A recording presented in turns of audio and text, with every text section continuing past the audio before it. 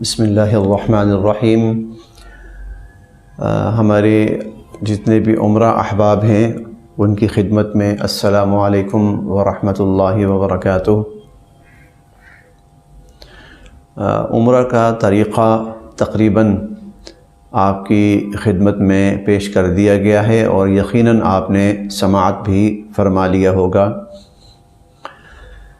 البتہ کچھ احباب کی طرف سے یہ درخواست ہوئی تھی کہ تلبیہ وہ بتایا جائے، تلبیہ کیا ہے، کیونکہ ہو سکتا ہے کچھ حضرات ابھی مکمل اس کے الفاظ یاد نہ کر پائے ہوں، تو تلبیہ اس کے کلمات آپ کی خدمت میں دہراتا بھی ہوں، پڑھتا بھی ہوں، آپ سماعت بھی فرمائیے اور اس کے ساتھ ساتھ سکرین پہ آپ کے سامنے بھی ظاہر ہوں گے، آپ وہاں سے بھی دیکھ سکتے ہیں اور آپ کو اس کا میسیج بھی کر دیا جائے گا۔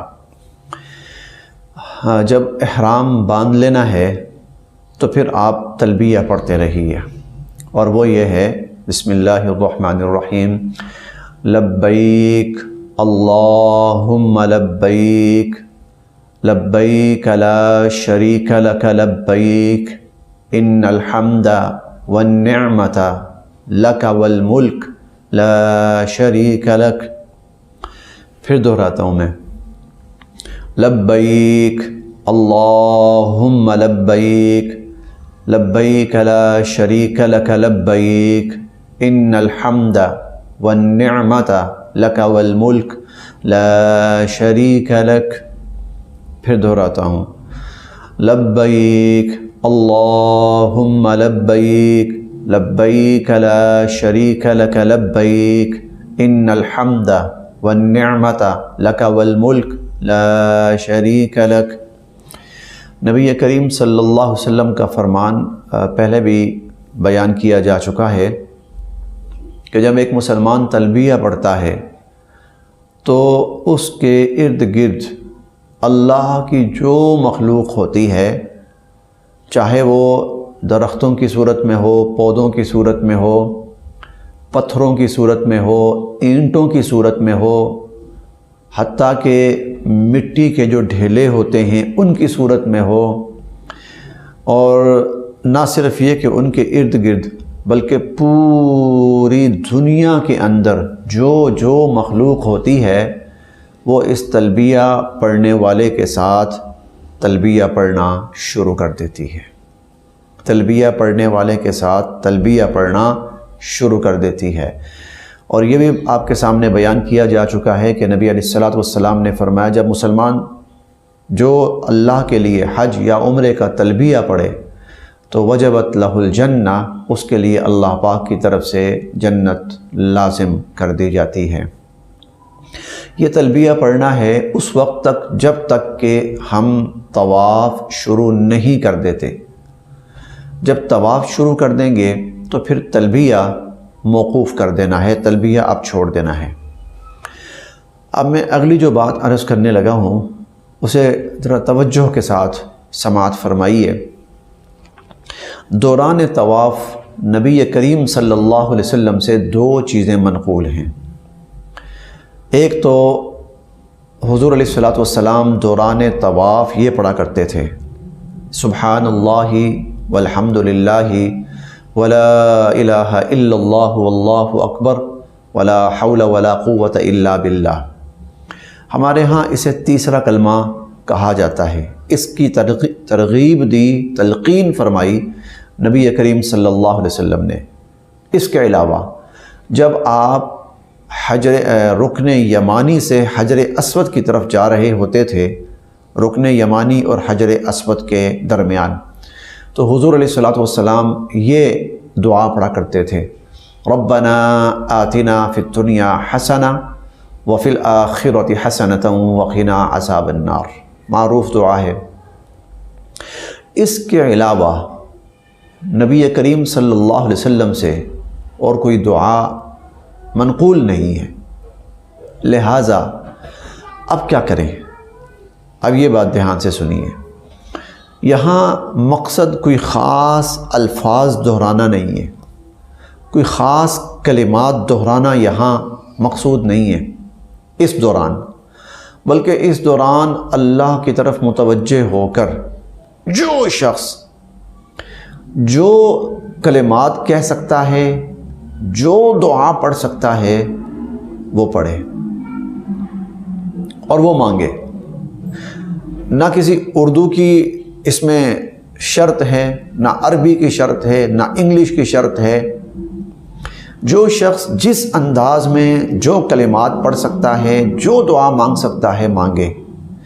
جو دعا اس کو مانگنے میں آسان ہے، اس کی زبان پر ہے، اس کی زبان جاری ہوتی ہے، اس کی توجہ اور یکسوئی ہوتی ہے، وہ دعا مانگے۔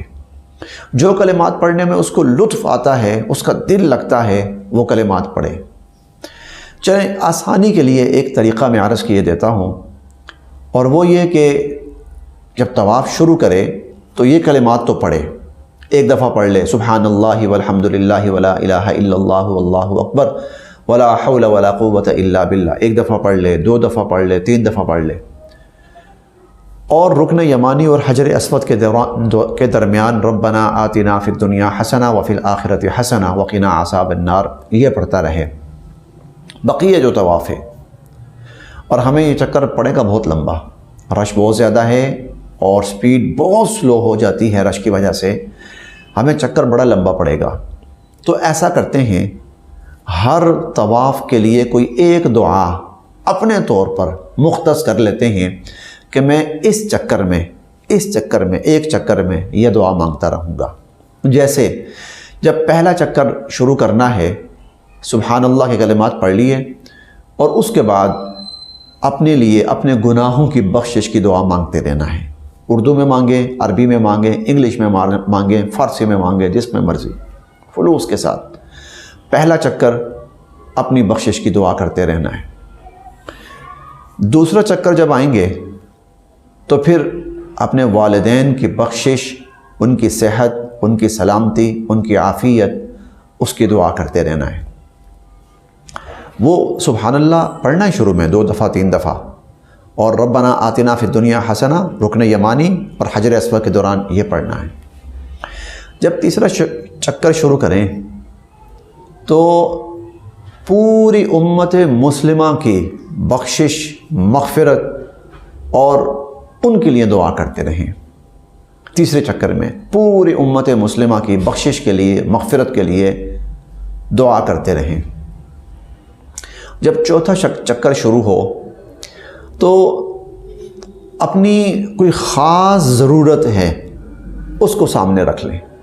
کوئی خاص ضرورت، کوئی یہ میری بہت بڑی ضرورت ہے، اور ہر شخص کی الگ الگ ہوگی، جس کی جو ضرورت ہے۔ اگر کسی کی صحت کے حوالے سے ہے، کسی کی مالی مشکلات کے حوالے سے ہے، کسی کی بچوں کی شادی رشتوں کے حوالے سے ہے، کسی کی ملازمت کاروبار کے حوالے سے ہے، وہ مخصوص دعا چوتھا چکر مانگتے رہیں۔ جب 5ویں چکر میں آئیں تو حضور صلی اللہ علیہ وسلم کے اوپر درود پاک پڑھتے رہیں۔ یہ 5واں چکر پورا درود کے اندر گزرے۔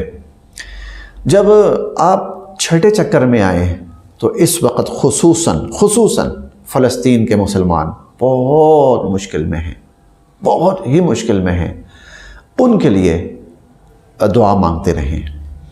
اور جب آپ آخری چکر میں آئیں تو پھر پہلا کلمہ چوتھا کلمہ پڑھتے رہیں۔ آپ کے 7 چکر 7 دعائیں، گویا پورے طواف کے اندر ہر چیز کور ہو گئی۔ آپ کے والدین، رشتہ دار، پوری امت مسلمہ، اپنی ذاتی ضرورتیں، حضور علیہ الصلوۃ والسلام کی ذات اقدس پر درود پاک، اللہ کی حمد و ثنا، یہ سب کا سب پورا ہو گیا۔ ہماری دنیا اور آخرت سب اس کے اندر آ گئی۔ کوئی تبدیلی کرنا چاہے تو وہ بھی کر سکتا ہے، کوئی اگر اس میں تبدیلی کرنا چاہے، لیکن ایک سکیچ سا ہے، 7 چیزیں مخصوص کر لیں کہ ہر چکر میں ہم نے یہ کرنا ہے، دوسرے میں یہ کرنا ہے، تیسرے میں۔ آپ دیکھیے گا انشاءاللہ آپ کے چکر پورے ہوں گے اور آپ کا اطمینان مکمل ہو جائے گا، پورے اطمینان کے تسلی ہو جائے گی کہ میں نے اللہ کا شکر ہے ہر چیز مانگ لی۔ سعی کے بھی 7 چکر ہیں، وہاں بھی یہی کیجیے۔ سعی کے ساتھ چکر وہاں پر بھی یہی کیجئے، تو انشاءاللہ العزیز ہمارا عمل بہترین طریقے پر ادا ہو جائے گا، اور اس کے ساتھ ساتھ ہمارا جو مقصد ہے جانے کا وہ بھی پورا ہو جائے گا، اطمینان بھی ہو جائے گا، شرح صدر اور شرح قلب بھی ہو جائے گا۔ صرف آخری گزارش، جب آپ یہ سب دعائیں مانگ رہے ہوں تو مجھے ان دعاؤں میں خصوصی طور پر ضرور یاد رکھیے گا۔ السلام علیکم ورحمۃ اللہ وبرکاتہ۔